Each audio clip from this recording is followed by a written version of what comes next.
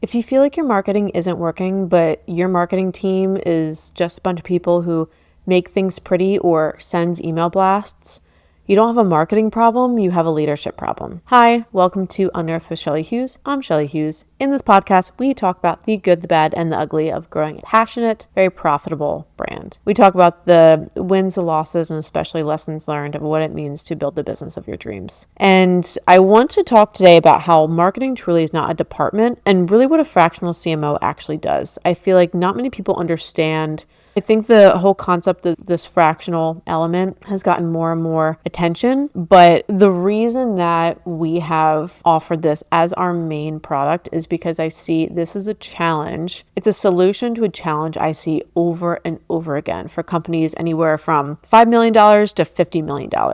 And so let me set the scene and take you through what a day in the life of my team acting as a fractional CMO or a strategic marketing partner, what that kind of looks like. In the morning, we might have some leadership meetings, talk about some revenue goals, offers, developing a new product. In the midday, we might have some product or service delivery conversations, filling gaps in the client experience, that kind of thing for the client, right?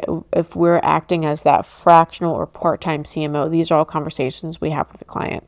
In the afternoon, we might have a conversation with the client with HR or hiring, talking about who they need on the team to really deliver whatever brand promise we decide. So in the afternoon, it might be talking with HR or talking about hiring, talking about who they need on the team to really deliver on the brand promise that we developed in the brand strategy for them. And so I want to show you how marketing touches every single one of those rooms. It talks to leadership, it talks to product, talks to client experience, it talks to hiring. And marketing is not a silo. And that's why having someone that understands that, truly a CMO, whether it's part-time, full-time, whatever, it's really the connective tissue of all those different departments. And so let's break this down by function a little bit. How a fractional CMO or how marketing just in general can hit all these different departments. So sales is obvious. Messaging, lead quality, how you pre-qualify, marketing qualified lead to sales qualified lead, all these things. It's understanding the product, it's understanding the offer, it's figuring out what that top of funnel looks like to go down the sales funnel. The biggest problem right now, if you're marketing and sales, and really think about this, if they are siloed right now, that's where we got to start. Okay. But then it's product and service. So it's promise versus reality. Does the delivery match what marketing said?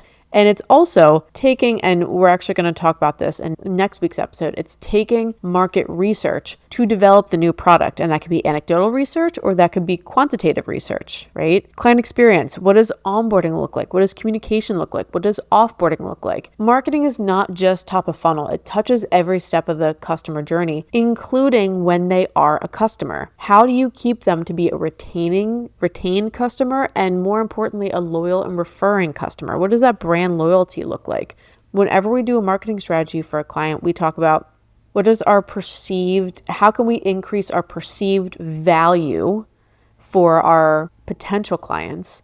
And then how can we increase our brand loyalty for current clients, right? Those both are very important because obviously it's much cheaper to keep a client than get a new one.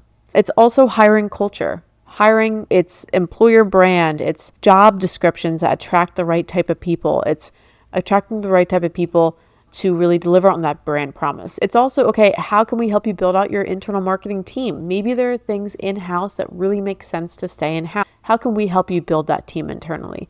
And if anything else outside of that, hey, this is super niche, we don't really need this in-house or honestly can afford it, that's when you can go to the agency side of our company. So a fractional CMO's job is to connect all of those dots. It's to make sure the story is consistent and the story is honestly pretty profitable. And so let's talk about what is a fractional CMO versus an agency versus the guy that does our social, right? Uncle Bob, brother, or whatever that does our social, right?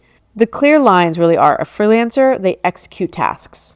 An agency provides services and campaigns, essentially deliverables. But what a fractional CMO does, and what really the gap that we are closing right now, is they set direction, they own the marketing roadmap, and that's huge. You need someone to own this. The COO can't own it. The CEO probably shouldn't be owning it. They probably have this entire time. But it aligns what that roadmap is with business goals. So a CMO, it's truly C-suite. So they're able to talk the same language as a CEO. go, right? And it's how do we just not make marketing checkboxes? It's truly making it in the overall strategic business strategy conversation. And then, of course, we have the agency side to support in whatever that strategy is.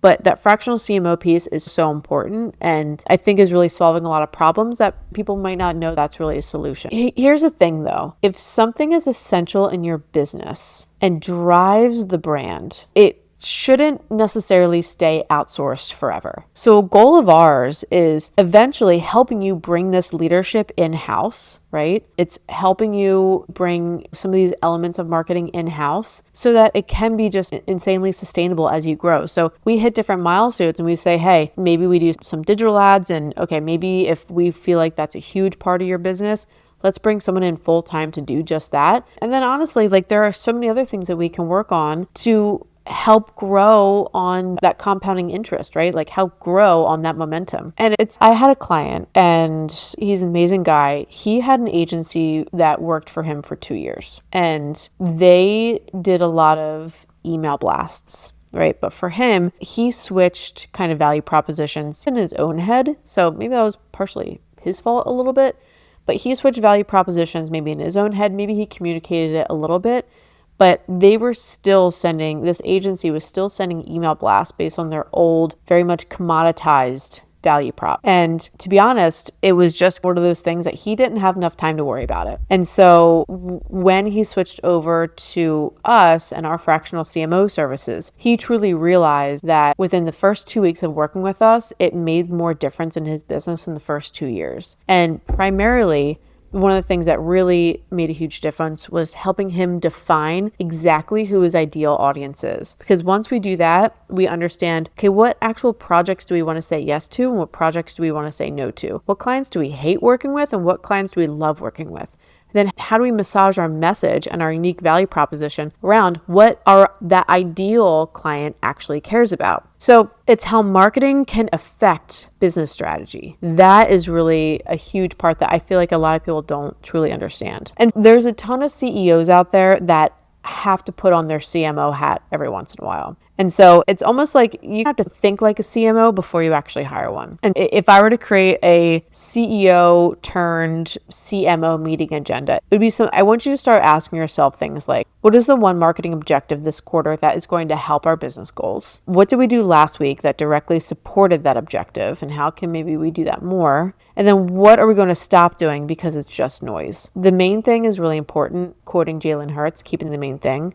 Go Birds. It doesn't make sense to be everywhere because that just really spreads yourself thin. So it's really deciding what did you do within marketing to help with that marketing objective that is going to help that business goal and what was just noise. And it's really being really ruthless about what's noise. And so audit what's working, what's noise, what needs ownership, and what's just what really needs outsourcing. This is so important. Revisit your belief that success is more than money. It is impact and it's meaningful growth in the direction you want to go. For this client, he could have kept working with this specific client that gave him a ton of money, but he hated working with them. It kept him up at night. The projects took so long. They were nickel and diming him, even though they were big budgets. The profit wasn't that great, right? So he could have easily, without the help of really going through this exercise, he could have kept going that direction because he saw top line revenue and shiny objects are a thing. But it's instead of that top line revenue, it's really understanding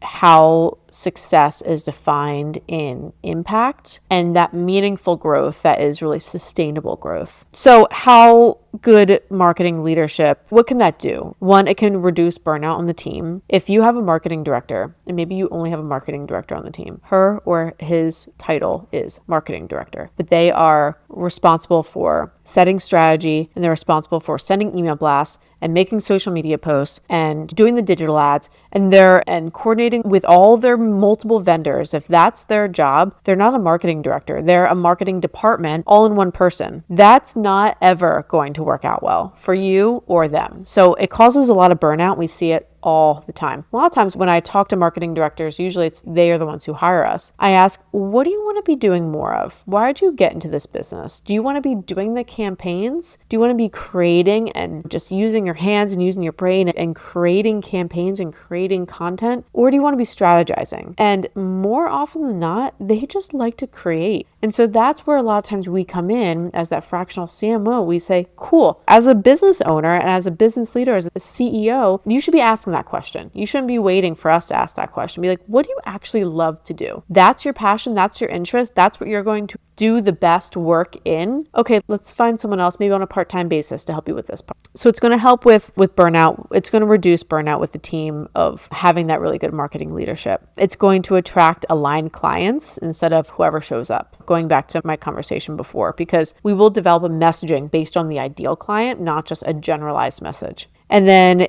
what it will really do is free the founder or the CEO to be in the role they were actually built for. And again, a lot of times CMO is one of the last people that you hire. So who's in charge of the marketing department if it's not on a C-suite level, if it's not the CEO? Usually it lands on them and it takes them away. Are they good at it? Maybe not, but it takes them away from what they should really be working on. And so if you want marketing to be powerful, stop asking who will post on Instagram and start asking questions like, who owns the story of our business? If I have a call to action for you, I would love for you to decide if they need more execution, if you have to do more marketing, or if you're finally at a point where you actually need leadership to make the execution worth it. So guys, thank you for listening to this podcast. I appreciate your time. If you like this podcast, please send it to a friend, a coworker, whatever, business associate, colleague that you think would really gain a lot of value from this. And definitely rate, review, do all the things so that we can get more into more people's earbuds. But I'll see you next week.